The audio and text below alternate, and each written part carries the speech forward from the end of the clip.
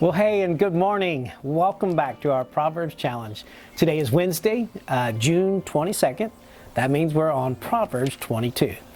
And Proverbs 22 is very unique, at least in my mind anyway, because today we will be introduced to a list of 30 wise sayings. Now, we'll only hit 6 of them today, but there will be 30 wise sayings in a row, and they'll take us through, I believe, all the way through chapter 24, almost through chapter 24. And so I know there'll be a lot of wisdom for us to glean from those. We've had a lot of wise sayings already, but these are already, they're numbered, 1, 2, 3. So it's a little different and a little unique, and I hope you enjoy them. Well, in Proverbs 22, there's also a verse that's very dear to the parent's heart and the grandparent's heart, and that is verse 6. In the NIV, verse 6 is translated like this: "Start children off on the way they should go, and even when they are old, they will not turn from it."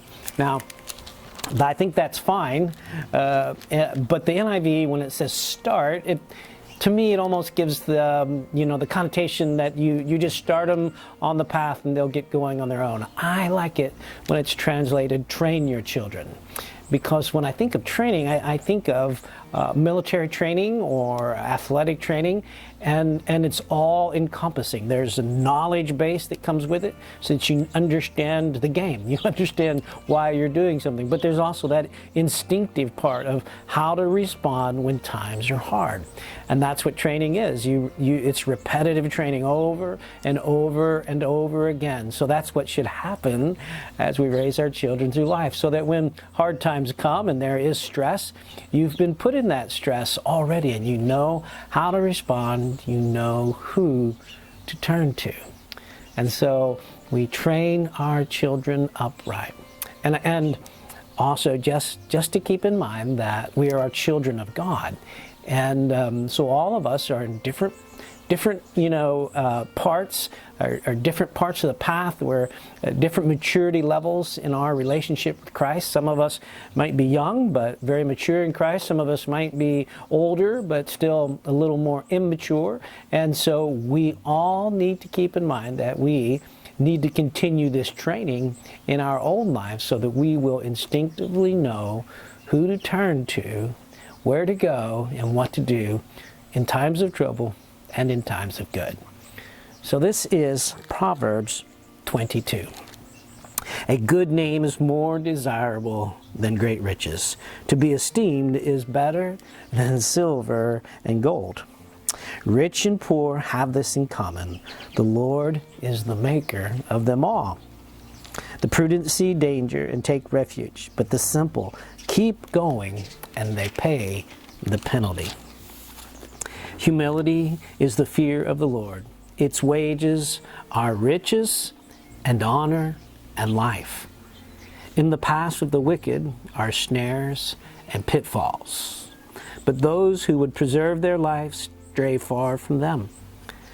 Start children off in the way they should go, and even when they are old, they will not turn from it. The rich rule over the poor, and the borrower is a slave to the lender. Whoever sows injustice reaps calamity. And the rod they wield in their fury will be broken. The generous will themselves be blessed, for they share their food with the poor. Drive out the mocker, and out goes strife. Quarrels and insults are ended. One who loves a pure heart and who speaks with grace will have the king for a friend. The eyes of the Lord keep watch over knowledge, but he frustrates the words of the unfaithful. The sluggard says, 'There's a lion outside. I'll be killed in the public square.'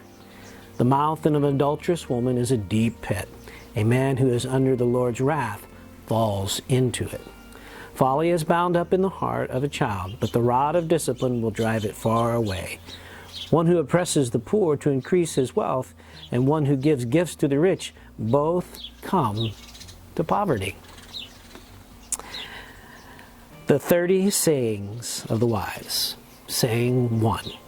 Pay attention and turn your ear to the sayings of the wise. Apply your heart to what I teach, for it is pleasing when you keep them in your heart and have all of them ready on your lips. so that your trust may be in the Lord. I teach you today, even you. Have I not written 30 sayings for you, sayings of counsel and knowledge, teaching you to be honest and to speak the truth, so that you may bring back truthful reports to those you serve? Saying number 2, do not exploit the poor because they are poor, and do not crush the needy in court, for the Lord will take up their case and will exact life for life. Saying number 3, do not make friends with a hot-tempered person. Do not associate with one who is easily angered, or you may learn their ways and get yourself ensnared. Saying number 4, do not be one who shakes hands in pledge and puts up security for debts. If you lack the means to pay, your very bed will be snatched from under you. Saying number 5, do not move an ancient boundary stone set up by your ancestors. Saying number 6, do you not see someone skilled in their work? They will serve before kings. They will not serve before officials of low rank. And that's the end for today. So tomorrow we'll begin with saying number 7. And again, congratulations on staying with it this long. It's surprising to me that we're in the last week of the month. I don't know where June went, but I have been having fun in Proverbs. I hope you do too. And Lord willing, we'll see you again tomorrow.